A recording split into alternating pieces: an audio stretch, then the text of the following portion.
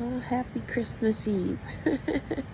I had no plans on making a video today, but I wanted to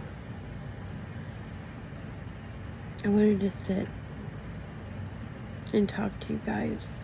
And this really is, well, we all experience grief, right?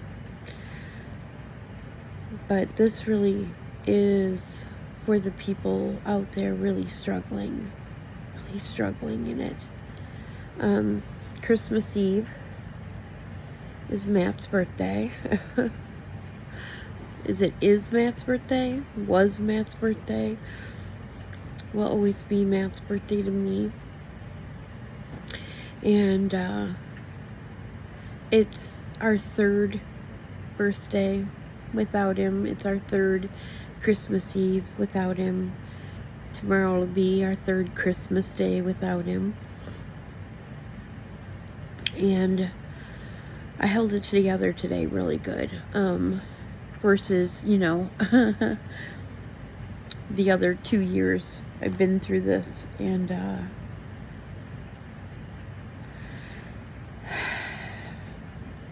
we last week we went downstate and we had a memorial dinner for Matt, and got together with all my older boys and my aunt and her husband and my sister and her kids, and Zach brought one of his best friends, his best friend that used to hang out at our house, and he just loved Matt so much.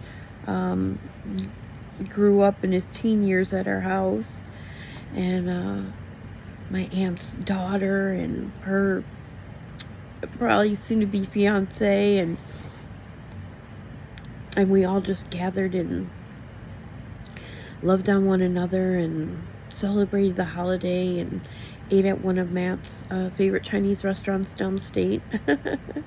He had a lot of favorite Chinese restaurants. He could eat Chinese food every day if he could, if I'd let him. And that was wonderful. And he's so missed.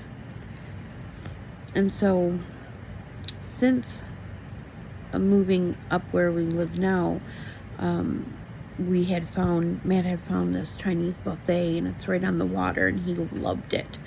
And they have like sushi. I think that's what I don't eat fish, so sushi and all the things that he loved. So once we moved here, we went there every Christmas Eve because it was his birthday and he wanted Chinese food and he loved the buffet. So we would go there, and then after he died, I wanted to continue that. I've got pictures of, him with the boys, because the boys would all come up for Christmas Eve for his birthday, and we'd all go out to eat, and I just have really good memories. So there's a back room that we would sit at, because that's where they have the long tables for the big parties, and that's where we eat every year. And so this year was no different. We went there, and this year we were joined by Wendy. You guys know Wendy. She's on here all the time with me. Has become one of my closest friends, and she's such a strong woman of God, and I adore her so much. And her dad is our pastor at our church, and so her and her mom and dad and her 2 children, who my kids just love. So our kids, they're homeschooled too. So it's so good. This church family has been so good for our healing, and so they joined us today, and it was so good. It was so good. They listened to my stories, and they, I led the prayer, and just thanking God for even just the opportunity to be able to gather and be in a place that meant so much to Matt. So anyways, a beautiful dinner, and we picked up a birthday cake for him, and a little slice. Matt liked carrot cake, and nobody else in the family likes carrot cake. I don't mind it, but the kids, that it was a hard pass for the kids, so we always bought a birthday cake, like, like a half sheet cake for everybody. And then Matt always got his own little, it was usually one of those colossal cupcakes or a slice. You know how they sell the birthday cakes by the slice? So that's what I bought him tonight. I bought him a slice of cake.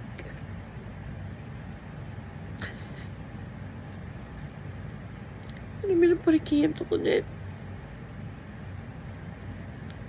I will sing him happy birthday in heaven. And the kids love doing this. They love, they love seeing pictures of him and videos of him. They love hearing the stories that I tell about him, especially the funny ones. And they were excited about his birthday, and they want to get him cake, and they want to celebrate him and remember him. And that's what I want for them. I want, I worked very closely for a little over 2 years with a Christian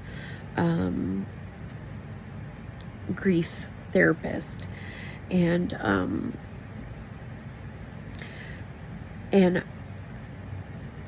I really time that I'm going to, like, purposely, I live with the purpose of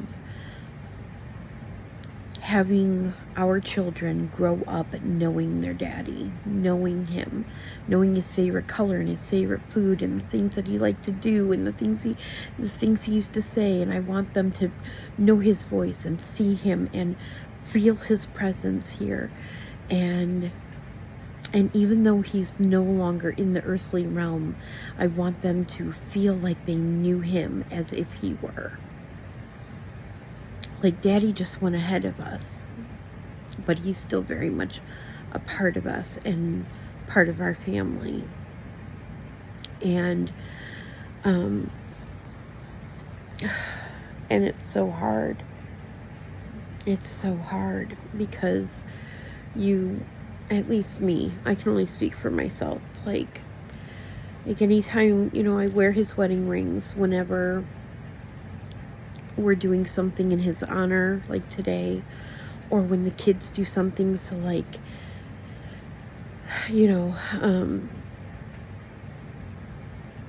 Mina's recitals, I'll wear his rings. Danny will wear a pin. He bought a pin that says Dance Dad, and he wears it in honor of Matt. And tonight he bought us a 3-wick candle, and I posted pictures of this over on Instagram and Facebook. It's a 3-wick candle, and the smell it's called Leather and Brandy, but it almost smells like Matt's cologne. And even the kids, when they smelled it, they were like, oh, this smells like Daddy. I'm like, it does smell like Daddy. And so each one of us lit a wick, and we have it burning today for his birthday, so it smells like him. I've got this little cologne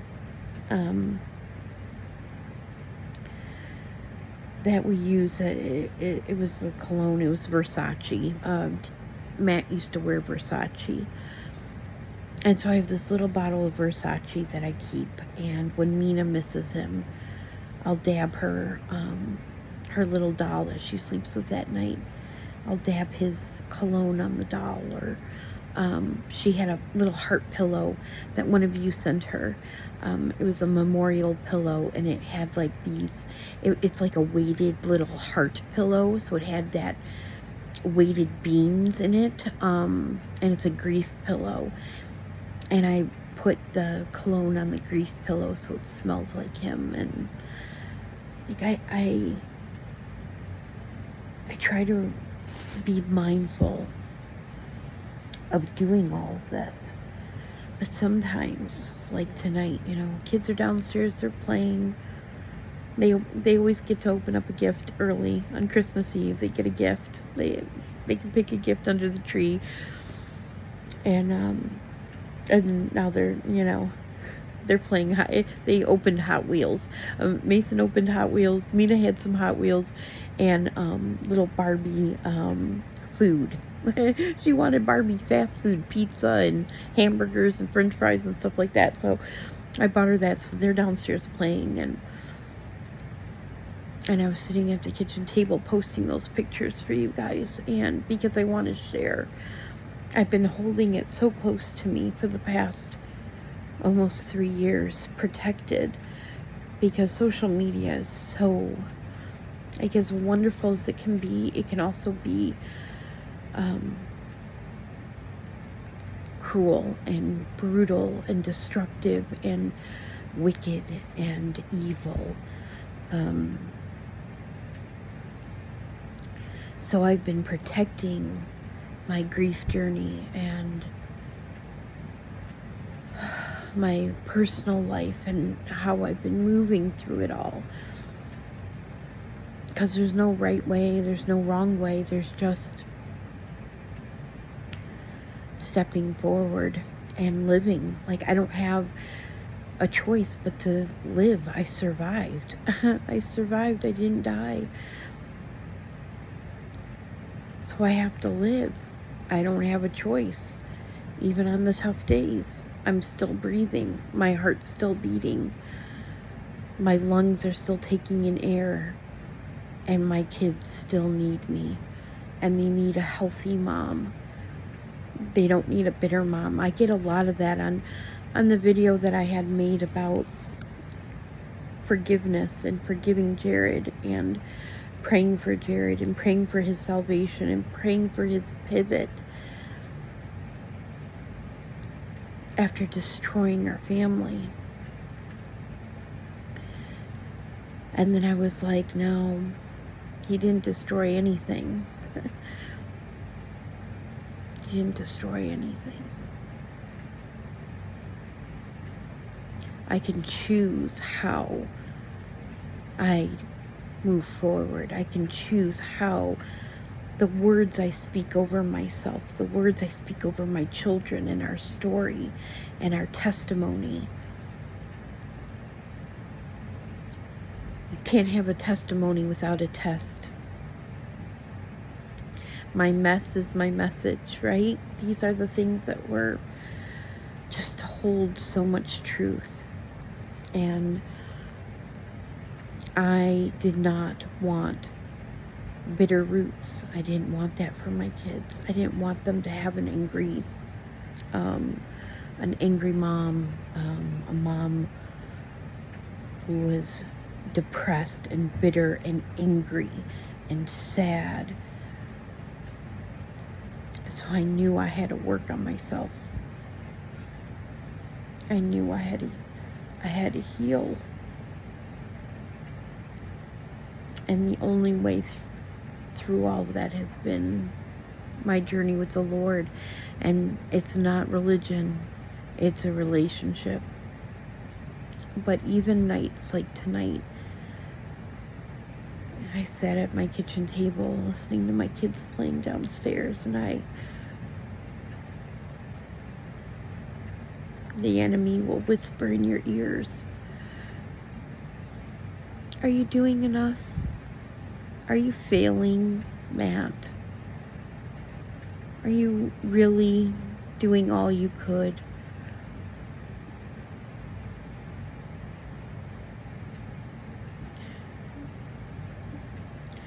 How much is too much? How much is not enough? There's no right or wrong way to go about any of this.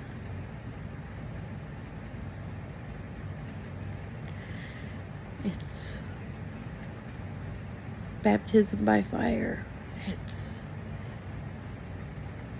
being in the ocean and you swim or you sink, and just trying to keep your head above the waves.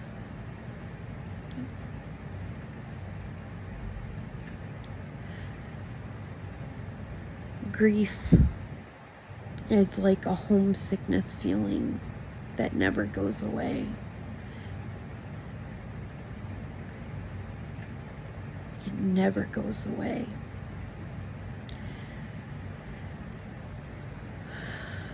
I would love to know some of the things that you do if you're walking in your own grief journey. I would love if you could share down below in the comments some of the things that you do to keep the memory alive for your loved ones. If you're a widow or a widower, how you do it for your children. If you are a mama or a daddy who are grieving the loss of a child. If you're grieving a parent, because I tell you, when my mom died, I could thank God for Matt, because Matt had lost his mom, and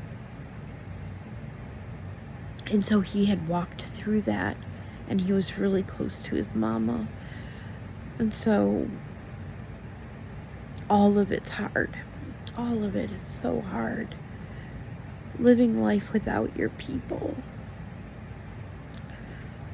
is so hard. And I know Christmas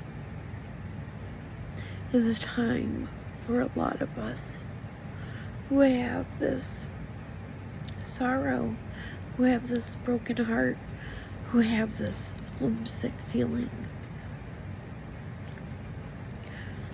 I'm not alone. I'm not my our story is like everyone else's. Like, my pain is no greater or no less. Pain is pain. But this is the edifying. Like, I can sit there and I can, and I love, baking the bread and canning, and, I want to start talking about pantry, or getting your pantry stocked and ready for life's emergencies like we just went through. And those are all great topics, but this is what's edifying. This is what's connecting. Like, even the people out there that don't like me, you have a story too. Like, we all have a story. We all grieve. We all sit in the suffering places. And it's what connects us. It's what bonds us. It's easy to get to know someone on I don't want to say a shallow level, but on a very superficial, high up level. But when you go down into the pit with somebody and you share something as intimate as grief of your people, your person, whoever it is, it's something so connecting. I have connected with so many people on such a much deeper level. But talking about baking bread and canning would have never got me to. So I thank you for listening to me chatter on for the past 20 minutes.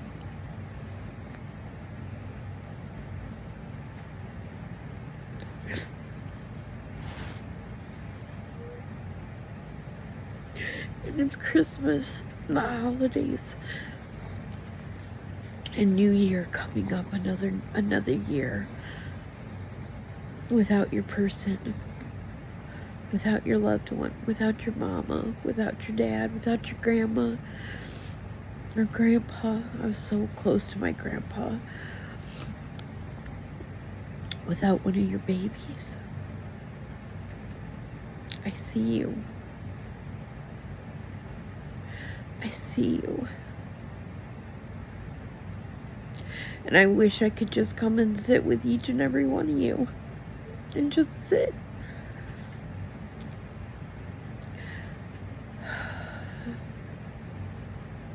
I worry I don't do enough. I worry sometimes I talk too much about him. And yet not enough. Because the reality is, I'm always going to feel like it's never going to be enough. Because he's not here. He was not present physically to watch his babies grow up. And not just Mason and Mina. He's got 2 other babies, which are, they're kids. I don't want to mention them by name, but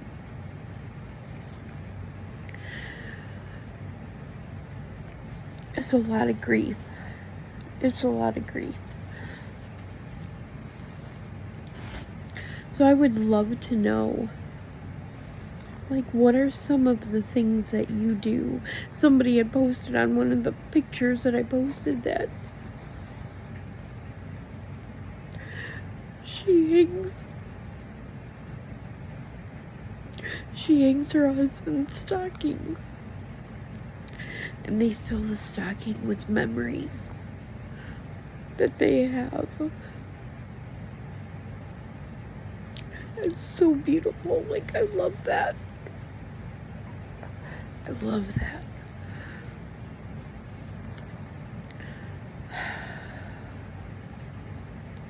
So I'd love to know what you do for your loved ones that you grieve for.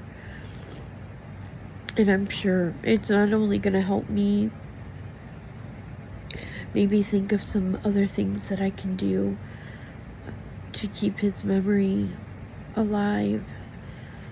And, Mina was only 5, so it's really important for me that she doesn't forget him. And I know that there's mamas out there who've lost their husbands who were pregnant. In fact, my girlfriend Diane was a widow, and she was 5-6 months pregnant when her husband was killed.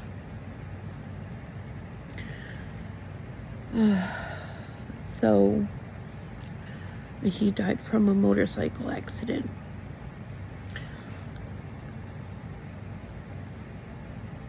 So I'm saying none of us are alone in this.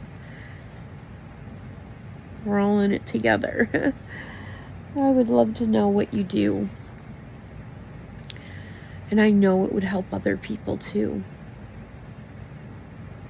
So thank you. Thank you for being here. Thanks for listening to me. It's now 25 minutes.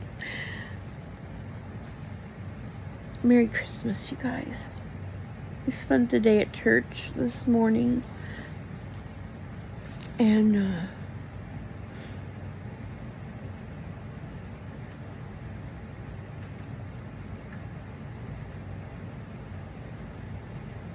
so many feelings, so many emotions,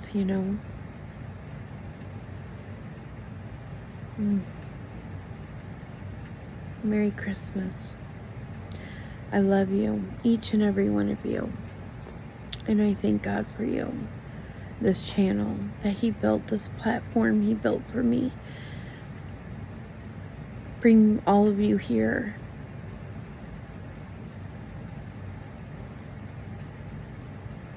I'm so grateful and thankful. You guys give me a purpose.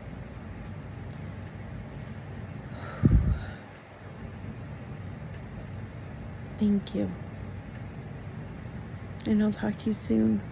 I'll be back. Hopefully less tears. I love you guys. I'll see you soon. Merry Christmas.